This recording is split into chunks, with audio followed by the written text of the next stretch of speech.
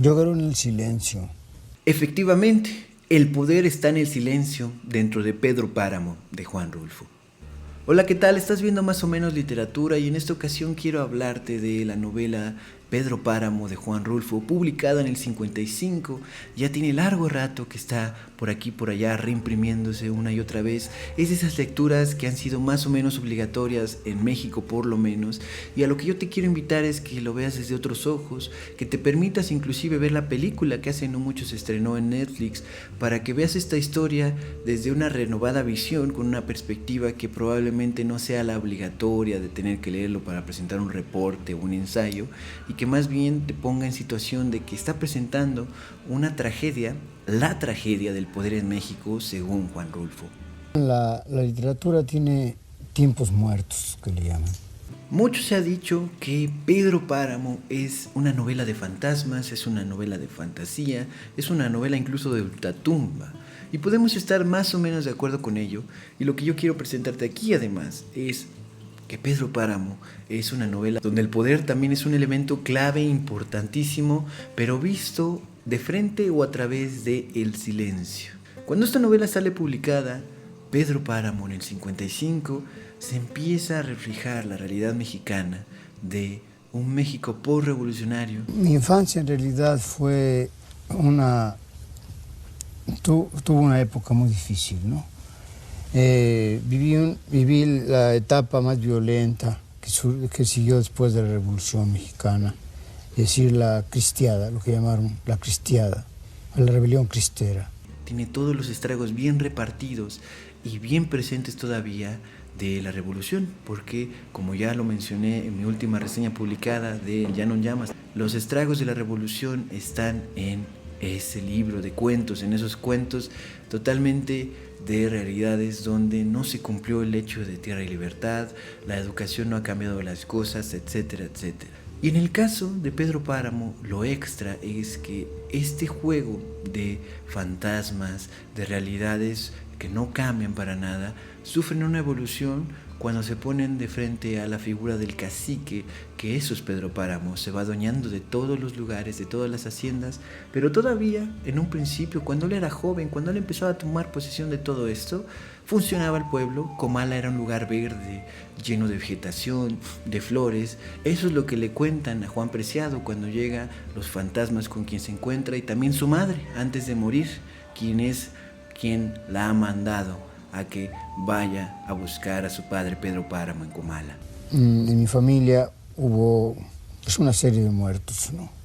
Comenzando por mi padre, que fue asesinado, sus hermanos. Entonces, la idea del poder de frente al silencio tiene que verse como una idea de que Pedro Páramo habla, pero también guarda totalmente silencio, pero dando órdenes, ¿no? Despachando a tal persona que tiene unos lugares junto a los suyos para apropiarse de ellos, casándose con la hija de tal hacendado que será la madre de Juan Preciado y mandándola lejos, tomando acciones indirectas debajo del agua, o en este caso soterradas, ¿no? Completamente ocultas, de maneras mafiosas también. Entonces el silencio también es un lugar donde este cacique, Pedro Páramo, tiene toda la libertad y cada vez más la amplía de dominar a los demás habitantes de Comala e inclusive correr, desterrar a algunos de ese espacio. Ahora, en realidad, eso nunca lo he tratado yo en ninguna de las obras, porque jamás he publicado autobiografía. No hay nada autobiográfico en nada de lo que he escrito. Por eso es que el poder aquí en Pedro Páramo es tan opresivo, tan marcado por las tragedias que él toma al decidir todo lo que está decidiendo, y también porque es corrupto. Así, el silencio sirve como herramienta para Pedro Páramo, para no solo hablar de términos de ausencia de comunicación entre los habitantes, sino también como una manifestación de su control absoluto sobre los demás pobladores de Comala. Eso sería el poder como tema central de frente al silencio. Pero el silencio también funciona como un elemento narrativo. Para empezar, el silencio también es protagonista en esta historia, y también el silencio forma parte de la estructura de la narración. En cuanto a entender el silencio como protagonista, es que no es un espacio vacío el silencio, sino un medio para transmitir las tensiones que hay entre los personajes, ya sea emocionales, tensiones psicológicas o sociales, en todos los niveles. Ese es el espacio, el silencio, donde se revelan todas las angustias de Comala como pueblo, y también están ahí las voces de ecos de personas muertas y también la ausencia de respuestas en todo este movimiento. Aunque también el silencio es un elemento narrativo, ya lo estaba planteando hace un momento, porque este silencio funciona para estructurar cómo la novela funciona. Entonces he dejado que los personajes actúen por sí mismos. El autor se trata totalmente de zafar de la obra. El silencio sirve para estructurar a la novela misma en cuanto a un cuento, en cuanto a una narración, en cuanto a un relato en sí mismo. Porque va intercalando, permite esa intercalación entre voces de los vivos, voces de los muertos, confusión, canciones, dichos, diálogos que están como en el aire o en medio de tumbas, saliendo desde sus cadáveres, desde sus ataúdes, que incluso dice, cuando llueve, de vez en cuando en Comala, esos ataúdes, esas tumbas se resquebrajan y escuchamos esos murmullos de los no vivos, pero que siguen penando. Esto es lo que explica por qué cuando Juan Preciado llega a Comala, pregunta por aquí y por allá que si no escuchan eso, también le preguntan a él, ¿no escuchas eso? Y él no entiende a qué se refieren hasta que le dicen tajantemente, bueno, eso que no logras distinguir, eso es el silencio. El silencio, insisto, no como un lugar vacío, sino como un lugar retacado de murmullos, incluso de menciones de sonidos de caballos desbocados, como lo es el caballo que llevó a la muerte a Miguel Páramo, el otro hijo, el único reconocido de Pedro Páramo, que él muere en un accidente y que cruza más allá de la neblina subido en su caballo. Entonces, estas repeticiones de personajes que van y vienen en medio de la narración es gracias a los murmullos que se construyen con base en el silencio que va intercalando los espacios, el medio, para que se vean diálogos entre Juan Preciado y una casera que conoció a su madre, diálogos de Pedro Páramo con el padre Rentería, también diálogos de El Padrecito con Susana San Juan, el gran amor de la infancia y de la vida de Pedro Páramo que la terminará perdiendo, que también ella después de muerta sigue polulando su voz, el eco de su voz desde su tumba, con todos sus delirios que tenía en vida, también los seguirá teniendo en la muerte. Lo que hay que resolver es la miseria. Por otro lado, el poder del silencio en sí mismo es que articula no solo dentro de la novela, sino fuera de ella, una crítica social. El silencio puede ser en ese sentido resistencia y al mismo tiempo sumisión dentro de Pedro Páramo, y eso se puede reflejar en la sociedad de los años 50 mexicana, pero también en pleno 2024.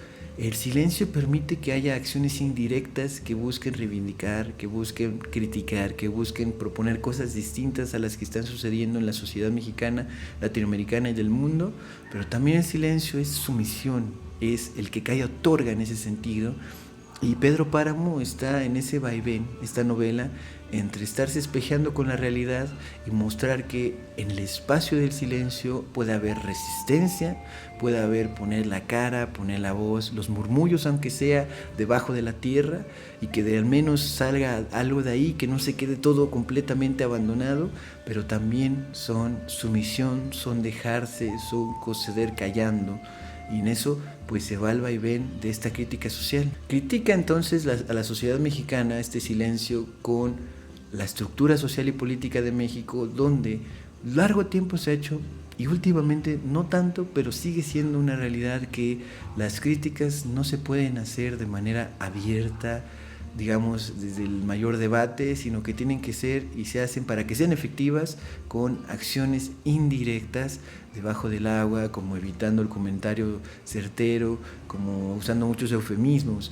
Y entonces Pedro Páramo habla de eso indirectamente también para funcionar como una lectura de crítica a la sociedad mexicana, y que después se puede extrapolar a cualquier lugar donde el poder esté pues en el Estado, el poder esté en ciertas instituciones, donde lo que nos queda a las personas de a pie, los habitantes de esas comalas, de esas organizaciones que llamémosles comalas ahorita mismo, pues se tienen que hacer todas estas denuncias y demás, pero como si no pasaran, ¿no? Como si fuera algo pues que no quieres que se entere nadie, para que por lo menos se haga algo, ¿no? Y cuando se hacen cosas tajantes y cuando se hace algo mucho más abierto, pues puede haber el efecto rebote, que también ya está en Pedro Páramo representado cuando algunos otros hacendados se ponían al brinco con Pedro Páramo y ahí se pasaba a acciones francamente mafiosas, ¿no? Donde se aniquilaba al enemigo ya directamente. La vida es buena, ¿no? Quien la hace mala es uno, es el hombre. Todo esto tiene que ver con el resumen de lo que estoy tratando de decir, que el poder está en el silencio en Pedro Páramo, tanto para cuando eres lector, cuando te estás sumergiendo en esta historia fragmentaria, hay que decirlo también que es fragmentaria, que por eso mismo puede funcionar, porque los silencios van permitiendo distintas voces, distintos diálogos, distintos saltos en el tiempo, e inclusive también la realidad literaria de que los muertos sigan parlando, sigan lanzando monólogos, incluso después de la muerte. Entonces, esta idea del poder que está en el silencio en Pedro Páramo nos sirve para criticar nuestra propia sociedad, nuestras propias organizaciones de poder, aunque no sean gubernamentales incluso, porque es en el espacio de los murmullos, en el espacio del silencio articulado, aunque sea debajo de la tierra, puede haber crítica, pero al mismo tiempo hay sumisión. Puede haber resistencia, pero al mismo tiempo tiene que ser indirecta la cosa, por lo menos de momento en momento, si se quiere tomar a Pedro Páramo como una crítica social, y también si quieres analizar lo que está pasando en esta historia, que es lo principal de solamente cuando vive Comala, es cuando Pedro Páramo no ha tomado el control de todo en las sombras, en silencio.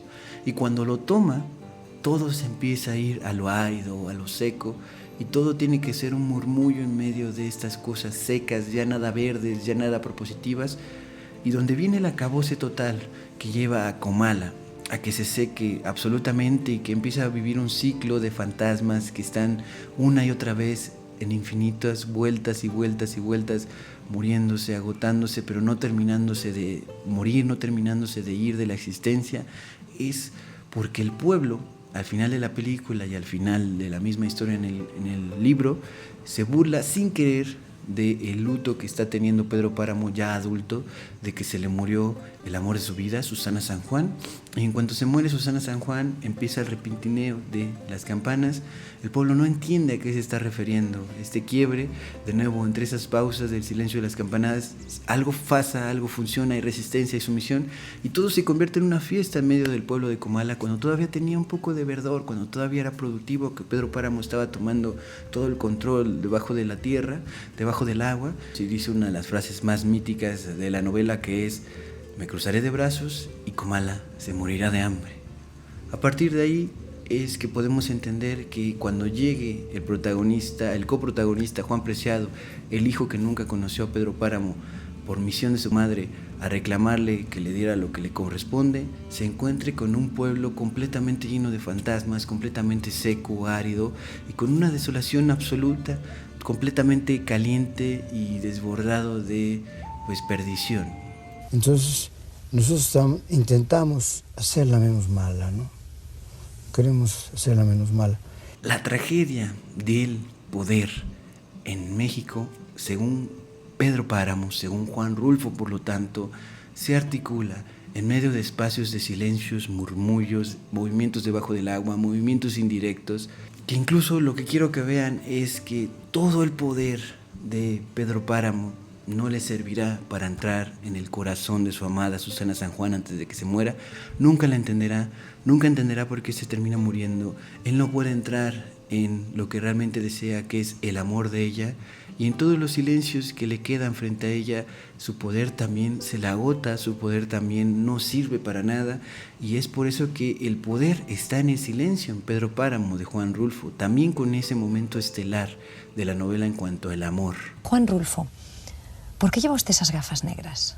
Bueno, es que me acaban de poner un lente, me operaron de un ojo, porque tenía cataratas, y me pusieron un lente intraocular. ¿Y le molesta la luz? Sí, demasiado brillante, sí, entonces la luz es muy intensa para mí.